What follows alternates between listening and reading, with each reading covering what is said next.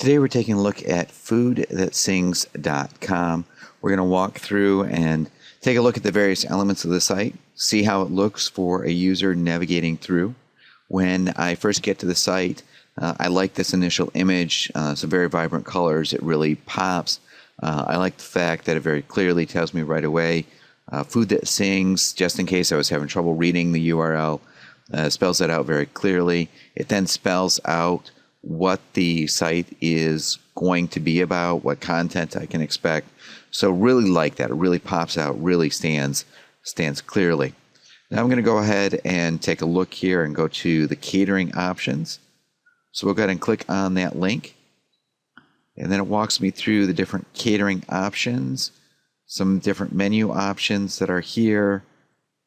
Shows me the catering packages. Shows me the different platters, the different plates. So very clearly spells that out as well. The information is very clear. I'm going to go ahead and take a look at the menu suggestions. And it's going to take me to the menu suggestions, and I'm going to take a look at that. Wow factor. Now, the only thing I'm seeing here is the font, or the way that this was typed up and stored in here. A little hard to read. It's a little bit hard on my eyes as I'm reading. It just really doesn't pop at me. It seems like it almost blurs together with what's in there. I don't know if it's the various caps that are in there. I'm just going back up to the top. It just, for some reason, does not read very well to my eyes. It just kind of catches them and looks strange. And I'm going to also look at this as I scroll down through the list.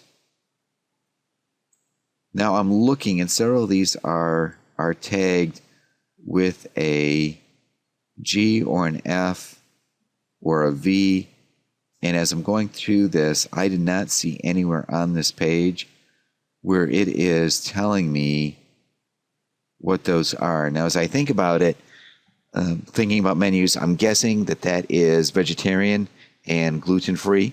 I could be wrong there, but it might be nice if you actually spelled that out somewhere, either on the top or on the bottom, that anything labeled with a V would be vegetarian, anything with the GF would be gluten-free, or if I'm wrong, actually outline what those items mean.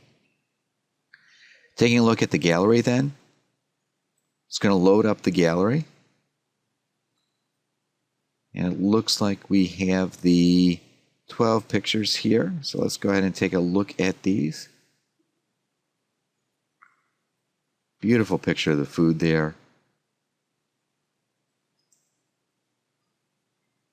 And really is, not only are the pictures very, very appealing, but it's almost making me hungry watching and going through that gallery. But very nice. Now, the only thing that I might suggest on the pictures, that those are great images, but maybe label those. Since you are looking at people saying, well, I really like this picture, I like that picture. If you actually put on there what those items were, it might be clearer to them what they were looking at, so that if they wanted to order one of these items, they knew what they would be ordering. Let's go ahead and take a look at the Contact Us page. And that loads up, goes ahead and shows the information there. All the information as far as contacting. Let's take a look at the directions. It gives you the directions of where you're located there as well. So that's very nice. The only other thing I might do on the info page is that you have your phone number here, is if you had your physical mailing address location listed there as well, just so that they weren't having to click over to the directions to find it. I always like, when I'm doing business with a business online, even though they may not be doing physical stuff, which in this case you are, but even if you aren't, just to know that there is a physical address there, so that I'm dealing with a brick and mortar location of some kind, is always helpful to me. It's just reassuring. I'm going to go ahead and click on the goodies to go. And it tells me that this page is to come soon. That's fine. It's built into your site. So that is fine to have that there with the assumption that that will be built out soon. So I'm going to go back here to the home page. And it does say that you have a blog here and a light. Let's go ahead and click on the Food That Sings blog. So we'll go ahead and click on that. And it takes us over to the blog.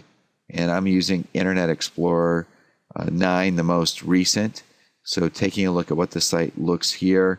Deliciously fancy dishes. A lot of white space on this page. No text displaying over here or here. And then once we get down in, it looks like it's really jammed over here. Let's go ahead and read more. See what that looks like. And not a whole lot of different. So that does give you the information there. So I'm going to go back to, and there's my read more button again. So that looks like that's just almost looping. Let's go ahead and take a look at the previous post. And it shows the food questions. Again, a lot of white space out here. It doesn't look bad, but it doesn't look great either. It really looks like that layout could be cleaned out a little bit more. I'm going to go ahead and click on blog just to get back up to the top again. No tags, so it doesn't look like you're tagging your stories. So that might be helpful there. It doesn't look like you're featuring any yet. It shows me the total posts. And then it does show me the archive, and I can take a look at that. The site is going to take me back to the site, so that is a good link there. They connect back and forth. We do have the RSS, so if you do need to do the feed, if someone wants to pick that up, they can, so they can subscribe to that. And we have our share on Facebook, so I can click on share, and it takes me to my Facebook login, so that works well there. And then I can also tweet this, and it gives me the ability to log into Twitter. So both of those links seem to be working as well. No real problems there. And I can do my search. And I saw the sushi on the other page. Let's see if there's anything with the sushi. Let's go ahead and search. And nothing there. Let's do a search for rice. And it'll bring me back to my food questions. And it does find that article. So it does return that back as well. And let's just do a search for food. And I found 5 results for food. If I scroll down through, it will give me all of those listings as well. So that seems to work. There is a login button here. I'm not quite sure what I'm logging into. I'm not sure if that's for you or for me. If it's just for you, I would try and remove that. If it is for your users, if there's a little bit more information that you could provide, because I'm not seeing where I could actually register to log in. So that is a little cumbersome there, or a little confusing. Let's go back to the site. And I'm going to pause this just for one moment. And I just wanted to wrap up with a couple of the other questions that you had. The first item was about your blog, and we took a look at the blog. I think that that's integrated fairly well, other than just kind of cleaning up that formatting. So I think the blog works well. As far as the Facebook page, you could have a link out to your Facebook page, but normally what I recommend is that you guide people into your site off of Facebook. So you could build a Facebook community, have your Facebook page there, and then link people in. If you wanted to add a way for them to go out and look at your Facebook, you could do that. But again, I look at that more as bringing you to the site where my core content is, bring them into your blog, and just leave your Facebook page out there as a connection. As far as members only and a subscribe, those are two separate things. As far as a subscribe, that's a great thing to build into your site. You might want to do that under your contact us to get people to sign up to the mailing list. So give them a mailing list option so that they subscribe to that. They could also subscribe to the blog. So on the blog, you might want to build in a subscribe feature. Some of that is going to be handled by the RSS feed. because they can subscribe to the RSS. But if they actually want to receive email from you, an email newsletter, it's a great way for you to be able to get their email addresses for any additional promotions. As far as a members only page, you'd really have to determine what would be delivered to that members only. What might be beneficial is for you to have a client's login page for individuals that were ordering stuff, and you would build that out. That would be something that you would work with on your web designer, whoever helped you with your site, that you could do that. Now, one other note really quick on your site. This does appear to be a Flash built site.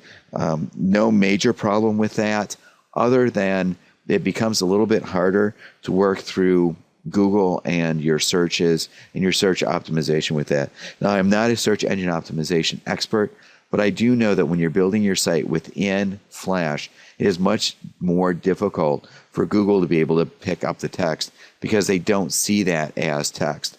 So I would also talk to your website designer about that aspect of it and ask them about the search engine optimization and how they are managing that with the Flash site. Overall, the site looks great. A few little things that you could pick up and clean up, and I mentioned those in the video. Hopefully this was helpful, and hopefully you see how your users are seeing your website.